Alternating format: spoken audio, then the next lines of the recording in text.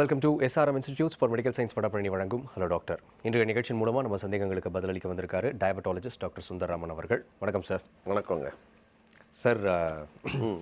வில்லங்கமாக ஆரம்பிக்கிறீங்க போல இருக்கு எடுத்தோடனே. சொல்லுங்க. நான் இன்னும் பேசவே ஆரம்பிக்கல சார். ஒன்றும் இல்லை சார், இப்போ சமீபத்தில் நடந்த ஒரு எழுச்சிகரமான விஷயத்தை பற்றி நீங்கள் கண்டிப்பாக உங்களுக்கு இருப்பீங்கன்னு நினைக்கிறேன். அதில் டவுன் த லைன் ஏரியேட்டட் வாட்டர்ஸை மக்கள் ஒரு பக்கம் வெறுக்க ஆரம்பிக்கிறாங்க அப்படின்றது ஒரு நல்ல விஷயமா இருக்குது. ஐ திங்க் டயபெட்டிஸ்க்கு அதுக்கு ஒரு பெரிய ஸ்டெப்பாக இருக்குன்னு நினைக்கிறேன். கரெக்ட். செகண்ட்லி, இப்போ அது உண்மையா இல்லையா அப்படின்றது கூட இன்னும் நம்மளுக்கு கிளியராக தெரியாது சார். பட் இருந்தாலும் எழுச்சிகரமான ஒரு விஷயத்தோட பாட்டு அது இருக்குது. லைக் ஜெர்சி மாடுகள் கொடுக்கக்கூடிய மில்கில் நம்மளுக்கு டயபெட்டிஸ் வர வாய்ப்பு இருக்குது. அதே நேரத்தில் நாட்டு மாடுகள் கிட்டேருந்து குடிக்கிற மில்கில் டயபெட்டிஸ் வர்றதுக்கான வாய்ப்புகள் கம்மி அப்படின்னு சொல்லிட்டு இன்றைக்கி இணையதளத்தில் ஒரு விஷயம் பெருசாக போயிட்டுருக்கு சார். ஸோ இந்த டயபெட்டிஸ்ன்றது டேரெக்டாக அதோட ரிலேட் ஆகிருக்கு. உங்ககிட்டே கேட்டுடலான்ட்டு. இல்லை, அதாவது நான் எக்ஸ்பர்ட் இல்லை, முதல்ல சொல்லிடுறேன். வெட்டர்னரி டாக்டர் தான் கரெக்டாக இதுக்கு என்ன இதனோட பால் என்ன இருக்குது அதனோட பால் என்ன இருக்குதுன்னு சொல்லியிருப்பார். பட் என்னால் ஒரு விஷயம் சொல்ல முடியும். அதாவது உங்களுக்கு நீங்கள் குறிப்பிடக்கூடிய அந்த மாடுகள் இல்லை நம்மளுடைய புராதனமான நம்ம நாட்டிலேயே இருக்கக்கூடிய அந்த மாட்டு இனங்களில் வரக்கூடிய பாலுக்கும் இருக்கிற புரோட்டீன் அளவு அதிகமாக இருக்கும் அப்படின்னு கேள்விப்படுறேன். ஸோ புரோட்டீனை விட ஃபேட் அதிகமாக இருக்குது இந்த ஜெர்சி மாடுலேருந்து வருது அப்படின்றது. இது நான் படித்து தெரிஞ்சுக்கல, அவங்கள மாதிரி நானும் பத்திரிகையில் படித்தது தான். ஸோ அது ஃபேட் இருக்குது, அதிகமான ஃபேட் இருக்குமானால் நிச்சயமாக அவங்களுடைய எடை கூடும். எடை கூடிச்சுன்னா அதனால டயபெட்டிஸ் வரதுக்கான வாய்ப்புகள் இருக்குது. அப்படி தான் அதை எடுத்துப்பேன் நான். Okay sir. ஸோ நீங்களும் நானும் குடிக்கக்கூடிய அந்த ஆவின் பாலோ என்ன பாலாக இருந்தாலும் அதெல்லாம் பாஸ்டரைஸ்ட் மில்கை நல்லா பாயில் பண்ணி அதனோட பாஸ்டரைசிங் பாயிண்டில் அதெல்லாம் ஃபுல்லாக அதை பவுடராக மாற்றி அதை ரீகான்ஸ்டியூட் பண்ணி தான் நம்ம குடிக்கிறோம். ஓகே. ஸோ அதில் என்னெல்லாம் மில்க் கலக்குது அப்படின்றது நம்மளுக்கு யாருக்கும் தெரியாது. இன்க்ரீடியன்ஸ் என்னன்றது தெரியாது. Okay doctor. இப்போ முன்னாடிலாம் டோர் ஸ்டெப்ஸில் இப்போ கூட பால் பூத்துகள் அப்படின்னு சொல்லிட்டு நிறைய இடத்துல இருக்கும். எல்லா மாடுகளுடைய பாலை ஒன்றா கலந்து அதிலிருந்து ஒரு பக்கம் போர்ஷன்ஸ் வெளியே விற்பாங்க. அப்படி இல்லைன்னா வீட்டுக்கு இந்த பால் பூத்தில் வருது இதே மாதிரி ரீகான்ஸ்டியூட்டட் மில்க் தான். அப்படிங்களா? ஓகே. பால் பூத். இப்போ ஆமாம், நம்மளுடைய ஆவின் நிறுவனம் எதுவாக இருந்தாலும் அதெல்லாம் ரீகான்ஸ்டியூட்டட் மில்க் தான். நம்ம மில்காக வாங்குற எல்லாமே ரீகான்ஸ்டியூட்டட். இதே மாதிரி பாஸ்டரைஸ்டு தான். Okay okay. நான் வில்லேஜ் சைடில் இப்போ வில்லேஜ் சைடில் ஒருத்தர் நீங்கள் என்ன சொல்கிறீங்கன்னா வீட்டு வாசலில் அவங்க கறந்து கொடுக்கக்கூடிய பால். அந்த பாலை நம்ம அதில் பேசிக்காக அந்த பாலில் நிறைய டிசீஸ் காசிங் ஜெர்ம்ஸ் இருக்கலாம். ஓகே. அந்த ஜெர்ம்ஸ் எல்லாம் அழிக்கும்படியாக அதை நல்லா நீங்கள் கொதிக்க வச்சு அதை நல்லா அதனுடைய பாயிலிங் பாயிண்ட் பாயில் பண்ணி மில்கை நீங்கள் எடுக்க ஆரம்பிச்சிங்க அப்படின்னா நிச்சயமாக உங்களுக்கு அந்த நோய்கள் வராது. So fresh milk is always better than whatever packed milk. Okay doctor. இப்போ இந்த பால் அப்படின்றது எந்த விதத்தில் சுகரை பூஸ்ட் பண்ணுதுன்னு நினைக்கிறீங்க டாக்டர்? ஏதாவது ஒரு லிங்க் இருக்குது அதுக்கு? இல்லை, நம்மளோட மெயின் ஃபுட் அப்படின்னு பார்த்தீங்கன்னா மில்கை காஃபி, டீ மற்ற எல்லா பானங்கள் இது எல்லாத்துலேயும் நம்ம உபயோகிக்கிறோம்.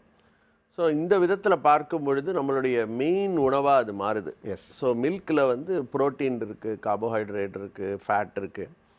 ஸோ உங்களுக்கே தெரியும் 1% ஃபேட்டுன்னு விற்குது, லோ ஃபேட்டுன்னு இருக்குது, 3% ஃபேட்டுன்னு இருக்குது, ஸோ ஹை ஃபேட். ஸோ இது எதுவுமே நீக்காமல் நீங்கள் உதாரணமாக வீட்டு வாசலில் கொடுக்கக்கூடிய பாலில் நீங்கள் தண்ணி கூட கலக்காமல் எடுக்கிறீங்கன்னு வச்சுக்கோங்களேன், அதனுடைய ஃபேட் கண்டென்ட் அதிகமாக இருக்கும்.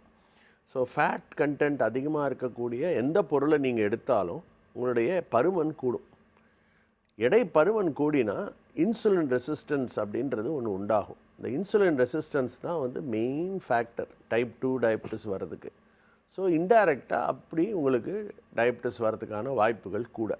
ஓகே. இப்போ நீங்கள் முதல்ல கேட்டிங்க இல்லையா, ஏதோ ஒரு பால் நீங்கள் அதில் ஃபேட் பர்சன்டேஜ் அதிகமாக இருந்ததுன்னா நிச்சயமாக அதிகமான டயபெட்டிஸை அது உற்பத்தி ஆக்கும். அதே மாதிரி இன்டேக்ஸுடைய அமௌண்ட்டும் டிஃபர் ஆகும். ஆமாம், நேச்சுரலி அவ்வளோ. ஓகே. இப்போ ஒரு நாளைக்கு எத்தனை காஃபி எடுத்துக்கிறது நல்லது டாக்டர்? இப்போ காஃபி நல்லதா டீ நல்லதா? அதே ஒரு பெரிய டிபேட். இல்லை, இது அகெயின் மெடிசினல் இதுன்னு இல்லை, ரெண்டுத்துலேயும். காஃபியில் உங்களுக்கே தெரியும் கெஃபீன் அப்படின்ற பொருள் இருக்குது. இதில் பலவிதமான கருத்துக்கள் இருக்குது. ஜென்ரலாக 3 to 4 cups of coffee a day is okay. நம்ம சாப்பிட்ற ஆமாம். இது என்ன சொல்கிறாங்கன்னா இந்த காஃபி அதில் இருக்கிற கஃபீன் பிற்காலத்தில் டிமென்ஷியா, அல்சீமர்ஸ்ன்னு சொல்கிறோம் பாருங்கள், மறதி வியாதி அதெல்லாம் வராமல் தடுக்கும் அப்படின்றது ஒரு விதமான கண்டுபிடிப்பு. நீங்கள் இந்த காஃபி எப்படி எடுக்கிறீங்கன்னு பொறுத்தது. மில்கோட கலந்து நீங்கள் குடிக்க போகிறீங்க அப்படின்னா அது கேலரிஸ் கூடும். ஓகே. ஸோ ஒரு டயபெட்டிக் நோயாளி 3 காஃபி 4 காஃபி குடிக்கிறான் அப்படின்னாலே அதுவே வந்து அவருக்கு ப்ராபப்ளி 1000 கேலரி கிட்ட வந்துடும் 3 இதோட. ஸோ நேச்சுரலி மற்ற உணவெல்லாம் அவர் குறைக்க வேண்டியிருக்கும். 1800 கேலரி டயட்டில் இருக்காருன்னா அவரை இது அதிகப்படுத்தும். ஸோ அந்த விதத்தில் பார்த்தீங்கன்னா நிச்சயமாக வந்து நீங்கள் கம்மியாக சாப்பிட்றது probably 2 cups of coffee is good எனஃப்னு தோணுது. Okay doctor. மார்னிங் ஒன்று ஈவினிங் இந்த மாதிரி இது வச்சுக்கலாம் ரெஃப்ரெஷ்மெண்ட்ஸுக்கு. ஓகே. இப்போ திரும்ப மில்க் பற்றி ஒரு கேள்வி இருக்கு டாக்டர். இப்போ நீங்கள் சொன்னீங்க இந்த மாதிரி மில்க் இந்த மாதிரி பவுடர் பண்ணப்பட்டு வருது அப்படின்னு சொல்லிட்டு. ஸோ இப்போ மில்க் பவுடர்ஸே வாங்கி யூஸ் பண்ணிக்கலாம் இல்லைங்களா? மில்க் பவுடர்ஸில் மில்க் வந்து இப்படி வர, அதாவது லிக்விடாக வர மில்க்குக்கும் அதுக்கும் வந்து பெரிய டிஃப்ரென்ஸ் எதாவது இருக்க போதா இல்லை? இல்லை, மில்க் வந்து மில்க் பவுடருக்கும் இப்போ நீங்கள் ரீகான்ஸ்டியூட் பண்ணி அவங்களே பண்ணி கொடுக்குற மில்க்குக்கும் வந்து நீங்கள் அந்த மாதிரி உங்களால் அது செய்ய முடியுமான்றது முதல் கேள்வி. உங்களால் அந்த அளவுக்கு. ஸோ பேசிக்கலி வந்து இப்போ என்னை பொறுத்த வரைக்கும் கான்ஸ்டியூட் பண்ண மில்க் வந்து is always better than milk பவுடருங்க. ஓகே. ஓகே. ஆமாம். ஸோ இதெல்லாம் இன்னும் ப்ராசஸ் ஆகி ப்ராசஸ் ஆகி வரதுனால வரதுனால சேஃப் பெட்டர். Okay doctor. இப்போ ஏரியேட்டட் வாட்டருக்கு வரும் அடுத்து. ஏரியேட்டட் வாட்டர் அப்படின்னும் போது எத்தனையோ நாள், அதாவது எனக்கு விவரம் தெரிஞ்ச சமயத்துலேருந்தே இப்போ வந்து கோலாஸோ ஏரியேட்டட் வாட்டர்ஸோ வந்து ரொம்ப ஃபேமஸான ஒரு ட்ரிங்காக இருக்குது. ஒரு கோலா பர்டிகுலர் பாட்டிலில் வந்து கிட்டத்தட்ட இத்தனை அமௌண்ட் ஆஃப் சுகர் இருக்குது அப்படின்னு டைரெக்டாகவே வந்து வெளியே சொல்கிறாங்க. ஸோ இப்போ ஏரியேட்டட் வாட்டர் எடுக்கிறதுனால என்ன பிரச்சனைகள் வரும்? அது டயபெட்டிஸ் எப்படி? இல்லை, ஆக்சுவலாக வந்து நீங்கள் குறிப்பிடக்கூடிய அந்த பானங்கள் மிக ஃபேமஸான பானங்களில் வந்து 18 to 20 டீஸ்பூன்ஸ் ஆஃப் சுகர் இருக்குது அப்படின்றது வந்து ஒரு விதமான ஒரு அறிக்கையில் இருக்குது. That is like so 10 coffees. யோசிச்சு பாருங்கள். அதுதான். So naturally if you are going to take so much of, அதாவது இவ்வளோ கேலரிஸ் எடுக்கிறீங்கன்னா உங்களுடைய கேலரியோட இன்டேக் அதிகமான உடனே உங்களுக்கு டயபெட்டிஸ் வரக்கூடிய வாய்ப்புகள் இருக்குது. ஒரு ப்ரீ டயபெட்டிக் ஒருத்தர் இது மாதிரி ரெகுலராக ட்ரிங்க்ஸ் எடுத்துக்கிறாருன்னா அவர் is unnecessarily taking so much of sugar. இந்த சுகர் தான் வந்து உடம்புக்கு அவ்வளோ தீமையான ஒரு விஷயம். அதில் ஒரு கான்ட்ரவர்சி இருக்குது, உங்களுக்கு சொல்லக்கூடாதுன்னு நினச்சா சொல்லிடுறேன். இல்லை, சொல்லுங்க. சரி, வந்து ஒரு இப்போ one of the latest concept என்னென்னா fat is not so good, cholesterol is not so bad அப்படின்னு ஒரு கான்செப்ட் வந்துட்டுருக்கு. Okay. Fat it is not so bad. Okay. வந்து ஆக்சுவலாக பார்த்தீங்கன்னா சுகர் தான் வந்து ரொம்ப கெடுதல் அப்படின்றது. சுகர், ஏன்னா நீங்கள் எவ்வளோக்கு எவ்வளோ சுகர் எடுக்கிறீங்களோ இந்த sugar will get converted to fat and உங்களுக்கு தேவையான அளவு கொடுக்க வேண்டிய எனர்ஜி எடுத்த உடனே அது எல்லாம் ஆட்டோமேட்டிக்காக மாறிடும், ஃபேட்டாக தான் மாறிடும். ஸோ ஒருத்தர் நிறைய போன வாட்டி கேள்வி கேட்டிங்கன்னு நினைக்கிறேன். நிறைய ஒருத்தர் ஸ்வீட்டாக தின்றாருன்னா என்ன ஆகும்னா அந்த ஸ்வீட் எல்லாம் அந்த அந்த எல்லாம் சுகர்லாம் will get converted to fat. Yes. So அவருடைய பருமன் கூடி போகும். பருமன் கூடி போனால் ஆட்டோமேட்டிக்காக நான் முதலே சொன்னேன் இல்லையா, இன்சுலின் ரெசிஸ்டன்ஸ் அப்படின்றது கூடி போயிடும். ஸோ டயபெட்டிஸ் வரக்கூடிய ஒரு ஆளுக்கு எளிதில் வரக்கிறதுக்கான வாய்ப்புகள் கூடும். ஒருத்தர் ரொம்ப கஷ்டப்பட்டு சுகர் கண்ட்ரோலுக்காக டயட்டில் இருப்பார், எக்ஸசைஸ் இருப்பார், போய் அவர் நீங்கள் சொன்ன பானங்கள் குடிச்சாருன்னு வச்சுக்கோங்களேன், அது எல்லாம் நல்லிஃபை ஆகிடும். ஸோ அதுதான் ப்ராப்ளம். அதனால தான் அந்த ஜீரோ, அந்த பானங்களில் ஜீரோ கோக், ஜீரோ இதெல்லாம் வருது. அதெல்லாம் தான் ஈவன் தென் அதெல்லாம் கூட சுகர் சப்ளிமெண்ட்ஸோடு தான் இருக்குது. சுகர் சப்ளிமெண்ட்ஸும் வந்து ஒரு கான்ட்ரவர்சியலான டாபிக். இன்ஃபேக்ட் வந்து சுகர் சப்ளிமெண்ட்ஸ்னால கேன்சர் வராது அப்படின்றது தான் எங்களால் சொல்ல முடியும். ஒருத்தர் சுகர் சப்ளிமெண்ட்ஸ் அதிகமாக எடுத்தாங்கன்னு பார்த்தீங்கன்னா வெளிக்கு அடிக்கடி போகலாம். அது ஒரு குட் லாக்ஸேட்டிவாக கூட வேலை செய்யும். பட் இன் ஜென்ரல் இது வந்து it's not advisable to use sugar supplements in plenty. Okay. Okay. இப்போ டிஃப்ரெண்ட் கைண்ட் ஆஃப் ஃப்ளேவர்டு இப்போ பானங்கள்லாம் கூட வர ஆரம்பிச்சிருச்சு டாக்டர். எல்லாத்துலேயும் ஒரே மாதிரி தானே ப்ராசஸ் இருக்க போகுது? எல்லாத்துலேயும் ஒரே மாதிரி தான் ப்ராசஸ் இருக்குது. பானங்கள்னு எடுத்திங்கன்னா ஃப்ரெஷ் ஜூஸுக்கு ஈடு இணை எதுவும் கிடையாது. இப்போ again eating it as a fruit வந்து இன்னும் better. Eating it as fruit is much better. ஏன்னா உங்களுக்கு ஃப்ரூட் உடைய பல்ப்பு மட்டும், அதாவது அந்த சாறு மட்டும் வரல, உங்களோட அந்த பல்ப், அந்த அந்த ஆல் தோஸ் ஃபைபர்ஸ் முக்கியம் ஒரு டைஜஷனுக்கு. அந்த ஃபைபர் எவ்வளோக்கு எவ்வளோ எடுக்கிறோமோ அவ்வளோக்கு எவ்வளோ உங்களுக்கு சுகர், ப்ரோட்டீன், சுகர், ஃபேட் இதெல்லாம் அப்சார்ப்ஷன் கம்மியாகும். ஓகே. ஓகே. ஸோ அதனால தான் ஃபைபர் எடுக்கணும். இப்போ இன்னும் வந்து பழங்கள் வாங்குறதுக்கே பயப்படுறாங்க டாக்டர். மேக்ஸிமம் இதுலேயும் ஹைப்ரிட் வந்துருச்சு அப்படிலாம் பயப்படுறாங்க. பட் எனிவே நம்ம ஊரில் வந்து ஜூஸ் அப்படின்னு சொல்லணும்னா at least 2 tablespoon of sugar போட்டு தான் ஷேக்காக, அதுதான் ப்ராப்ளம். அப்படி குடிக்க ஒரு டேபிள் ஸ்பூன் அப்படின்னா கிட்டத்தட்ட 15 மில்லிகிராம்ஸ். சரி, நாங்கள் பேசுகிறதெல்லாம் 5 மில்லிகிராம்ஸில் பேசுகிறோம். நீங்கள் வந்து 2 டேபிள் ஸ்பூன்னா கிட்டத்தட்ட 30 மில்லிகிராம் சொல்கிறீங்க. ரொம்ப அதிகம். அதுதான் ப்ராப்ளம். அதனால தான் நம்ம இந்த பானங்களை விரும்பி வாங்குகிறோம். ஸோ இப்போ வந்து மேக்ஸிமம் சுகராக எடுத்துக்காமல் இருக்கிறதே மேக்ஸிமம். இப்போ ரீப்ளேஸ்மெண்ட் பற்றி சொன்னீங்களே டாக்டர். ஆமாம். எது டாக்டர் பெஸ்ட் ரீப்ளேஸ்மெண்ட் அப்படி? ரீப்ளேஸ்மெண்ட்டில் வந்து இப்போ ஆஃப் லேட் வந்து ஒரு ஒரு ஒரு அமினோ ஆசிட் இருந்தது, அஸ்பார்டைம்னு ஒன்று இருந்தது. இல்லை சுகருடைய அந்த சுக்ரோஸுடைய ஒரு வேரியன்ட் இருக்குது, சுக்ரலோஸ், இதெல்லாம் யூஸ் பண்ணுறோம். இது வந்து இது யூஸ் பண்ணுறதுனால உங்களுக்கு கெடுதல் கிடையாது. உங்களுக்கு வந்து கேன்சர் வராது. பட் இது வந்து இந்த லாங் ரன், இப்போ ஒருத்தர் வந்து வெயிட் லாஸுக்காக யூஸ் பண்ணுறாரு அப்படின்னா அந்த பர்பஸ் டிஃபீட் ஆகிடும். இதுக்கெல்லாம் வந்து ஒரு ஆஃப்டர் டேஸ்ட் இருக்கும். ஸோ உங்கள் பாடியில் இன்ஹரண்ட் ஒரு கிரேவிங் இருக்கும், நிறைய சாப்பிடணும், நிறைய இதெல்லாம் எடுத்துக்கணும் அப்படின்னு. ஓகே, அது சாப்பிட்டு அதே சாப்பிடணும்னு தோணும் உங்களுக்கு. ஓகே ஓகே, அப்படி அடிக்ட் ஆகிடும். ஓகே டாக்டர், இப்போ காலர் இருக்காங்க, ஃபஸ்ட்டு பார்த்துடலாம். ஹலோ டாக்டர், வணக்கம். வணக்கம் சார். வணக்கம்மா, எங்கேருந்து பேசுகிறீங்கம்மா? நாங்கள் கும்பகோணத்துலேருந்து பேசுகிறோம் சார். டாக்டர் இருக்காங்கம்மா, கேளுங்க. சரிங்க சார். சொல்லுங்கம்மா. வணக்கம்மா. வணக்கம் சார். சொல்லுங்கள். என் மகனுக்கு 23 வயசாகுது சார். அவனுக்கு சுகர் வந்து 4 வருஷமாக இருக்குது சார். சரிங்க. அவனுக்கு வந்து மருந்து மாத்திரை எடுத்துட்டானா அவனுக்கு 70 இருக்குது, மருந்து மாத்திரை எடுத்துக்கலான்னா 200 இருக்குது சார். சரிங்க. அவனுக்கு கல்யாணம் பண்ணலாம் சந்தோஷமா இருப்பானா சார்? நிச்சயமாம்மா. என்ன 23 வயசில் ஆச்சுன்னு சொன்னீங்க இல்லையா? 23 வயசு 4 வருஷமாக இருக்குன்னீங்க.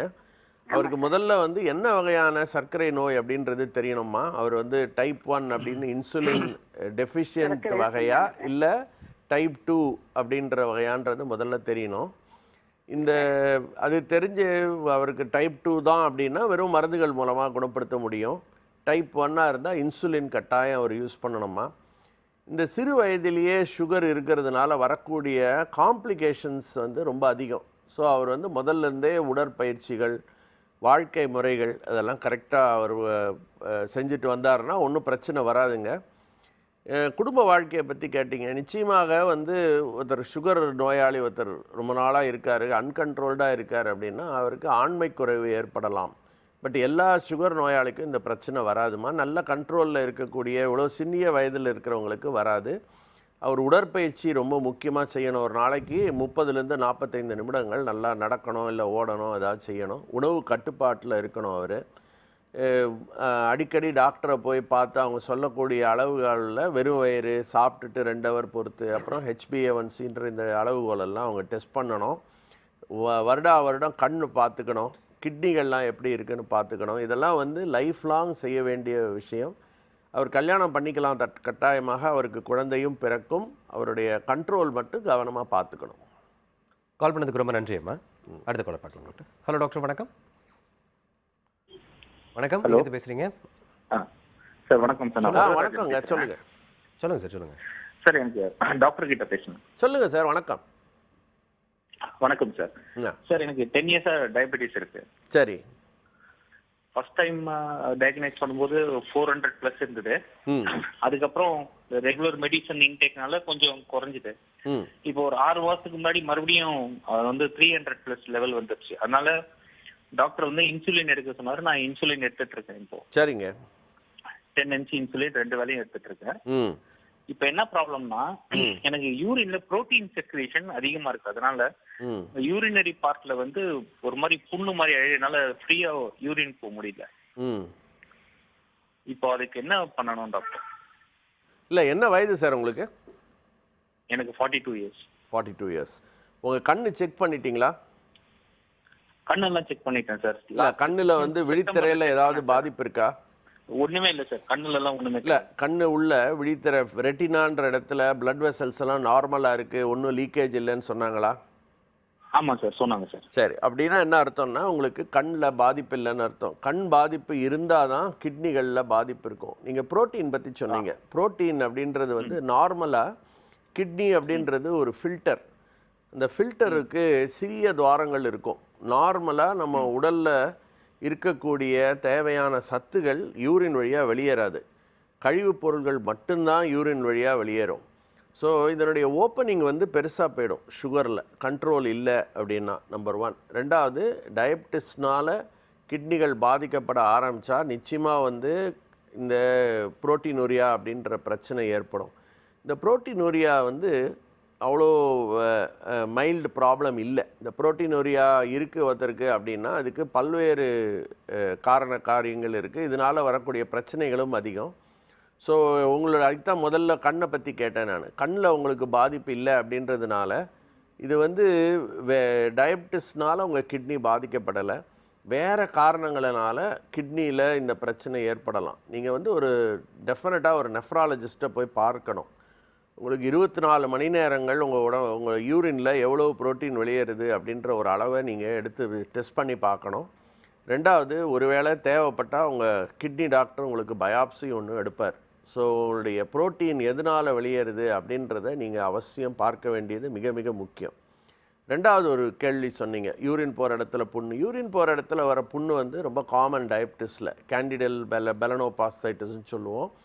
இதுக்கு வந்து சிறிய ஒரு பாயின்மெண்ட்டு மருந்துகள் எடுத்தாலே சரியாயிடும். இது சுகருடைய பிரச்சனை. இது சுகர் இருந்தாலே சில இன்ஃபெக்ஷன்ஸ் ஆர் வெரி காமன் சொல்லுவோம். இது ஒரு காமனஸ்ட் இன்ஃபெக்ஷன்.